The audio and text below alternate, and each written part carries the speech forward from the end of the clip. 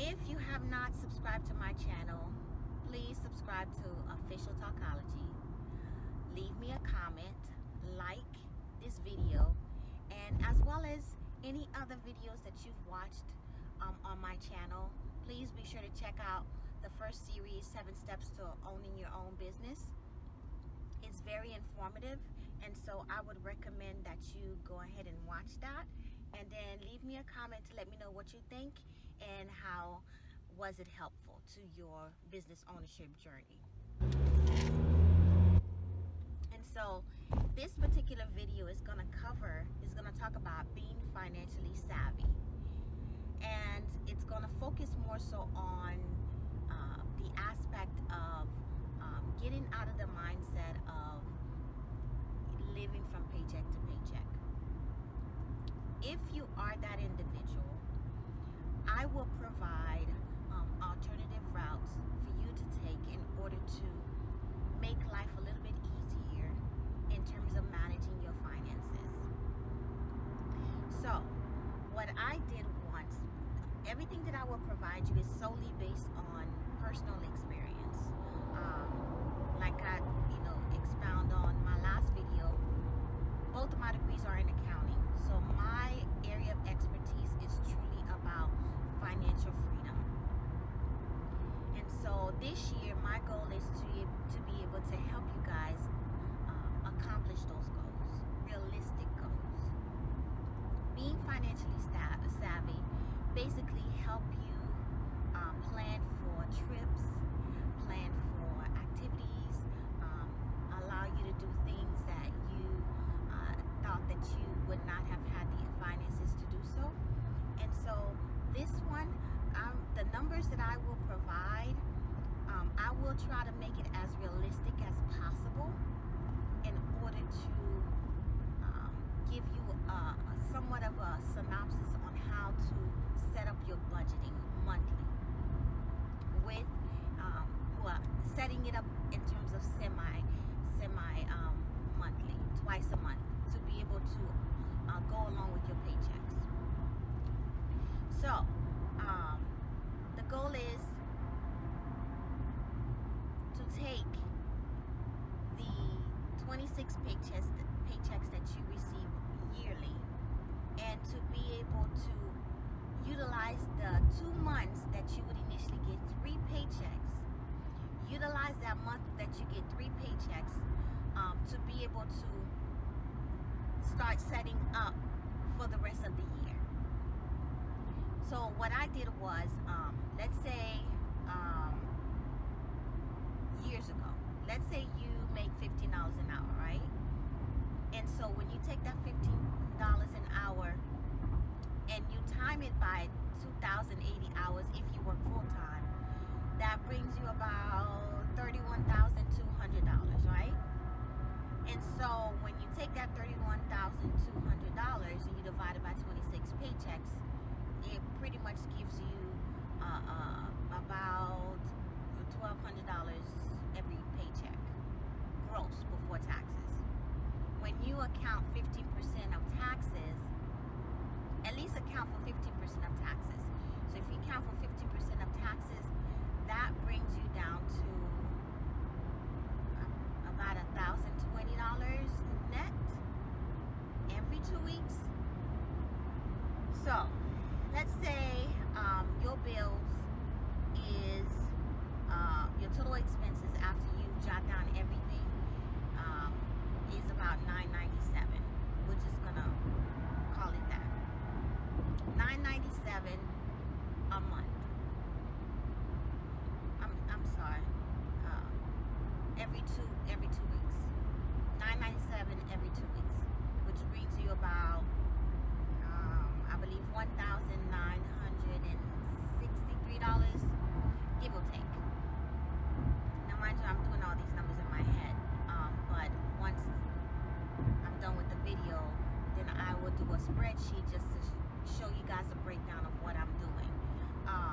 So you would take that $1,900 a month that you would have in total bills, right? And you would divide it by 2, which is every paycheck. So you would take that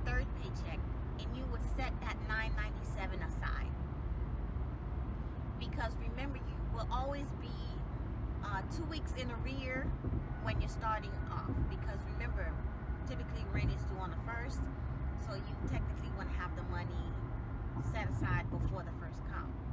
And normally you get a paycheck at the end of the month, and the middle or the beginning of the month.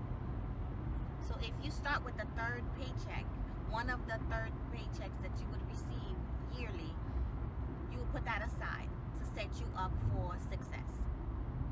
Then of course on your next 2 weeks paycheck, you will take that $9.97, set it aside, and you will continue this cycle year round, month to month, week to week, month to month, in order to cover all of your expenses.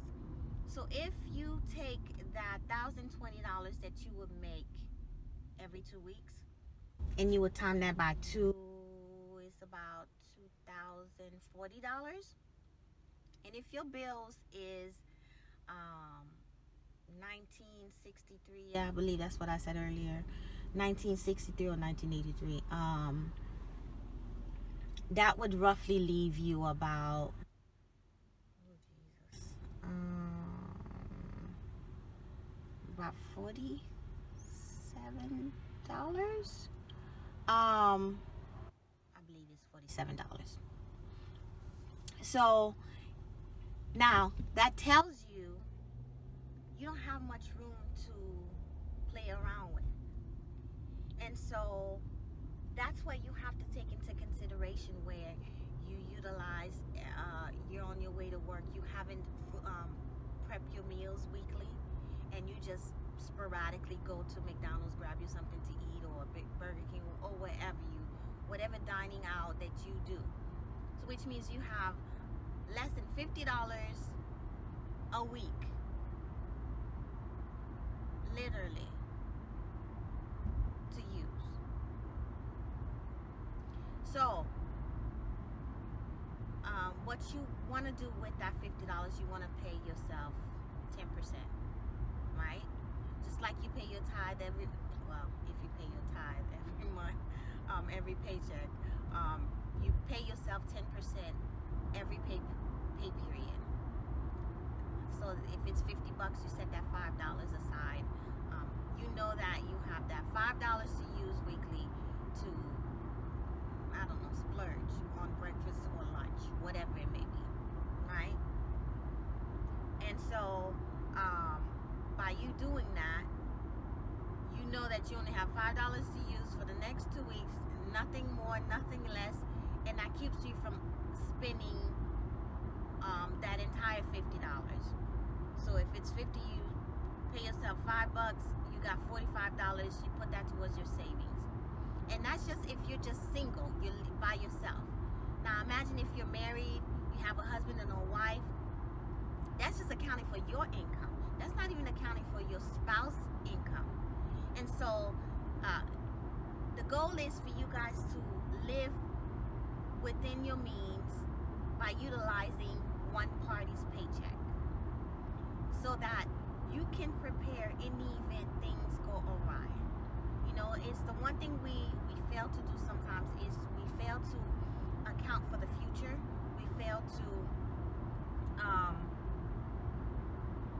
save for those unforeseen circumstances, and whatever that may be. And so if we plan ahead, plan early for those unforeseen circumstances, we're ahead of the game. And so think about it. Rich people did not become rich by being, spending a whole lot of money, or living like the Joneses when they were making Smith's salary. Rich people became rich because they were cheap, because they hold on and they always want to bargain on everything. Why can't we practice the same exact thing? If that is your goal, to be rich, to have an excess of money, then you have to practice certain measures in order to keep yourself in line. And you always want to start off with your finances, because that's the number one thing you need in order to survive in this world. I know love conquers it all. Yes, don't get me wrong.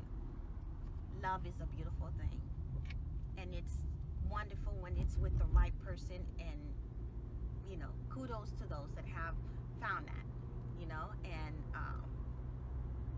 but even with finding that love, guess what? One of the things that causes marriage to fail is finances. So the goal is if you set your finances accordingly and you eventually get your partner on board, don't force it upon them or her. You just get yourself on point, get yourself ready, so that when your partner comes along, you can inflict that same behavior, good behavior. Don't inflict pain, good behavior on how to save together and to be able to live the life that you all want to live. Okay, so being financially stable, meaning that you starting to save now would provide a multitude of opportunities for you to do the things that you want to do, open that business that you want to open, have collateral available so that when you go to those investors and you ask for a loan, and so even though you may have all the funds necessary to open your own business, but you want to utilize someone else's money to do that, why not, right?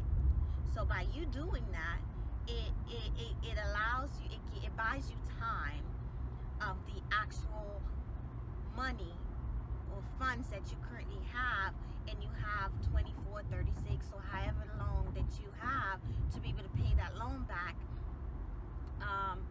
especially if you find a loan with zero interest until for 24 months. That's a beautiful thing, but that's a different story. And so being financially savvy basically means, let's start with the basics, which is our finances. Our finances will help us be able to fund a multitude of things. By you saving monthly, you can start investing in penny stocks that will eventually turn into $1 million stocks, and you've set yourself for success by doing those things early on. Now, before I continue, once again, don't forget to like, subscribe, leave me a comment on how you feel about this particular video, and yeah, so let's continue. Being financially savvy is basically when you start off with your personal finances, then you can move on to your business finances, and you can utilize that same method for your business or businesses. You can utilize that same method for your clients if you are a financial advisor, and you'll be able to give them some sort of tools to be able to use going forward. And I challenge you all to be able, before you start this journey of being financially savvy, I want you guys to do one thing. Take the last 3 months of your bank statements, literally dissect it, go through each and every one, and then once you dissect it and you literally put it together, you will see how much money you've spent on unnecessary things. I need to park for this one because I want to make sure that you guys understand where I'm coming from. Okay? So, take the last 3 months of your bank statements, break it down by how much you spend on incidentals, your fixed expenses, your variable expenses. Your fixed expenses meaning things that never changes, like your rent doesn't change. You may have a set phone bill, cell phone bill, that doesn't change. You may have your car insurance never changes. Well, I take that back. Your car note never changes. Your car insurance changes every 6 months, but it's fixed for the first 6 months. So any expenses that are fixed are considered, that are the same for 6 months or longer, are considered fixed expenses. Anything that fluctuates, that's never the same. It's one amount one month, it's another amount the next month, is considered valuable expenses. So which means you can never, guesstimate how much it's going to be each month. It could be your lights, your water. It could be your membership should be fixed, but you do have some companies that it changes every 3 months. So whatever that expense may be, without me having to guess what they may be, because I don't know what your expenses are, I know what mine are. I challenge you all to take your 3 months of statements, literally dissect it. You will be amazed at how much you spend on dining out, shopping. I can't, I was so shocked when I did it myself. I still do it to this day. I still take my statements I do it every month instead of every 3 months. But when I first started out, I did it for the first 3 months. And so when I did that, I realized I was spending, oh, Jesus. I was eating breakfast, lunch, and dinner out. This was before I started food prepping and started certain routines. Stopping the sporadic spending on shopping for things that I really don't need, that at that moment I wanted, and because I could afford it, I just bought it. So when I looked at my statements, I literally spent about maybe $600 on food, just dining out alone. That's not groceries. That was just food, me dining out. And then when I looked at me just going shopping, buying clothes, shoes, this, that, and the third, I'm so ashamed to even tell you guys that. So I'm not going to disclose that information. So I keep that one to myself. But do that for me. And I can assure you it would be an eye opener. You can utilize that money that you spend on incidentals that you don't necessarily need, and you can put that aside for savings in your savings, and that way you can plan a wonderful trip. You can plan different trips that you always wanted to do with your friends, with your husband, with your family, with your friends, whomever that may be. I challenge you all to do that first, and then start with that third paycheck, and then build. If you're able to do it before the third paycheck, kudos to you. I commend you. Go ahead and start early.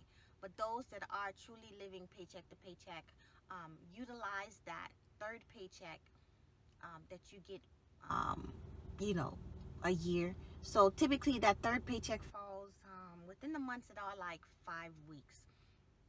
I believe it's like May, possibly October, maybe December. It depends on how your payroll run. So you have to look at your payroll calendar to see which month you're going to get that third paycheck. But typically it's always on the months that are 5 weeks, where you're able to get 3 paychecks. Okay, so I hope this was very helpful. Don't forget to like, subscribe, comment, hit the notification bell so that you can be up to date with every video that I release. Now, mind you, I release a video every Monday, and then throughout the week we can come up with some type of other days that I can release other videos on questions that you may have, whatever that may be. Okay, so thank you so much. I will see you guys at the next video.